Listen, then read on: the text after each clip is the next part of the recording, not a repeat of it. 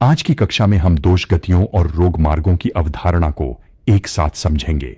यानी दोष अपने स्वस्थान में सम्यक अवस्था में हो तो शरीर रचना शरीर क्रिया सुव्यवस्थित रहती है, पर जब असंतुलन आता है तो वही दोष दिशा बदलकर विभिन्न मार्गों से गति करते हैं, कभी ऊपर की ओर, कभी नीचे की ओर, तो कभी तिर्यक आड़े फैलाव में, और यहीं से रोगोत्पत्ति का क्रम तेज होता है। इसीलिए एक चिकित्सक के लिए यह पहचानना अत्यंत आवश्यक है कि रोगी के लक्षणों की दिशा क्या बता रही है, उल्टी, नक्सीर या दस्त जैसा ऊर्ध्व अधो तिर्यक संकेत। क्या किसी दोष गतिविधि की द्योतक है और किस रोग मार्ग शाखा मध्यम कोष्ठ में यह अभिव्यक्ति प्रधान हो रही है, क्योंकि निदान संप्राप्ति से लेकर उपशय के चुनाव तक सब कुछ इसी मैपिंग पर टिकेगा। दोष गति का आशय दोषों की स्थिति परिवर्तन से है। सम्यक स्थिति में वे अपने अपने स्थान पर रहकर स्वधर्म का पालन करते हैं, पर असंतुलन होते ही उनकी क्षय, स्थान सम्यता, स्थाना स्थित और वृद्धि, ये तीन अवस्थाएं बनती हैं।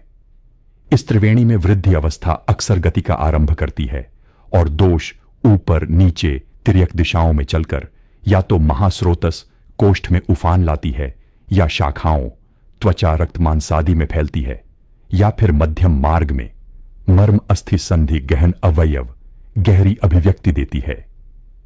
व्यावहारिक अर्थ में आपको रोगी के इतिहास और वर्तमान लक्षणों से यह बुनियादी रेखा चित्र निकालना है कि दोष की अवस्था क्या है और वह किस दिशा मार्ग में मुख्यतः चल रहा है। जब दोष ऊर्ध्वगमन में हो तो उल्टी, ऊर्ध्वज्वलन, नक्सीर, ऊर्ध्वकास श्वास जैसे संकेत उभरते हैं।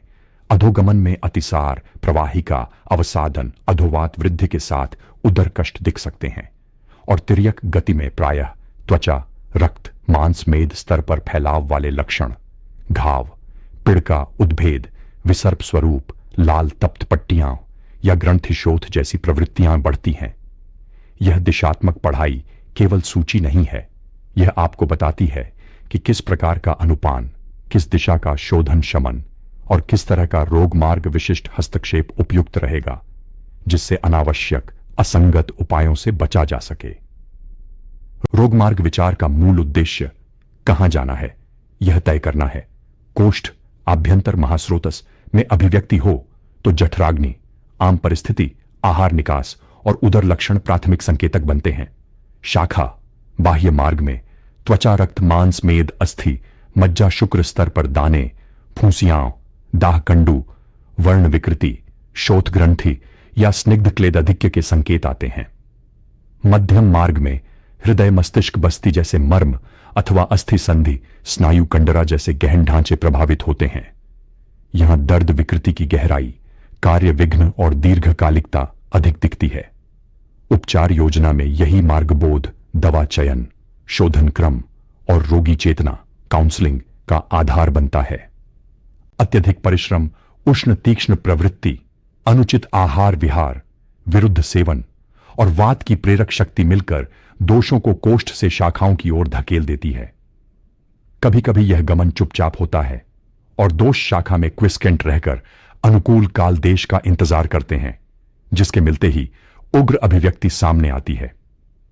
छात्र जीवन की दृष्टि से इसका निचोड़ यह है कि केवल उदर लक्षण देखकर तात्कालिक शमन करने से काम नहीं चलता। यदि पृष्ठभूमि में शाखागत संचय है तो जीवन शैली आहार सुधार के साथ साथ मार्ग प्रसादन भी साथ चलाना होगा, वरना रोग बार बार भड़कता रहेगा। जब दोषों में वृद्धि द्रावीकरण, लिक्विफैक्शन, पाक परिपाक, सप्यूरेशन, स्रोतोमुख विशोधन, चैनल क्लीनिंग और वात निग्रह गति का वश में आना संभव हो जाता है, तब वे शाखा छोड़कर पुनः कोष्ठ मार्ग में लौटते हैं। चिकित्सक यहां स्नेह स्वेदन, लघुदीपन, मंद स्रंसन आदि का साहचर्य इस तरह चुनता है कि दोष बाह्य में फंसे रहने के बजाय निकास योग्य बने। उदाहरण के लिए जकड़ी हुई त्वक मांस शोथावस्था में सीधे तीव्र विरेचन की जगह क्रमपूर्वक स्नेह स्वेदन से द्रवीकरण कर मार्ग खोलना और फिर उपयुक्त शोधन लेना। महर्षि चरक ने बताया है कि त्रयो रोग मार्गा इति शाखा मर्मास्थि संदय कोष्ठश्च, अर्थात रोग मार्ग तीन हैं, मर्मास्थि संधि और कोष्ठ। शाखा मार्ग में त्वचा, रक्त, मांस, मेद, अस्थि, मज्जा, शुक्र के स्तर पर जो रोग उभरते हैं, जैसे पिड़का, फुरुनकुलोसिस, विसर्प, हर्पेटिक पट्टियां, कुष्ठाभास, ग्रंथि, अर्बुद, उपदेह क्लेद, वर्ण विकृति, वे बताते हैं कि दोषों की तिर्यक गति और द्रुद्ध मार्ग प्रमुख हैं।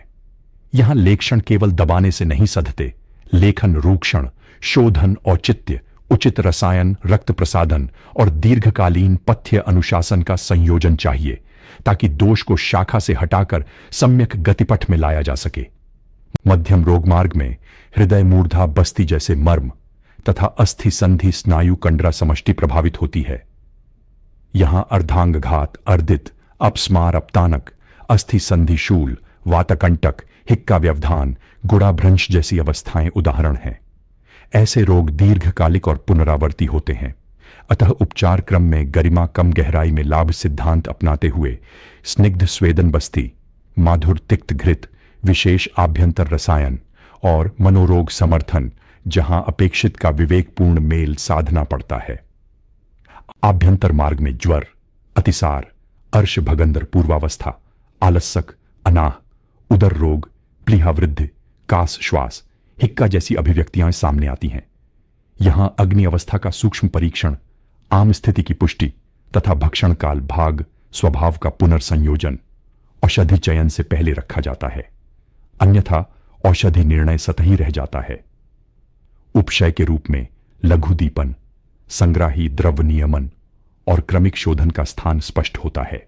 केस शीट पर दिशा संकेत, ऊर्ध्व, अधो, तिर्यक, मार्ग अभिव्यक्ति, शाखा, मध्यम, कोष्ठ, अग्नि अवस्था, आम और उपशय प्रतिक्रिया, ये 4 कॉलम अनिवार्य रखें।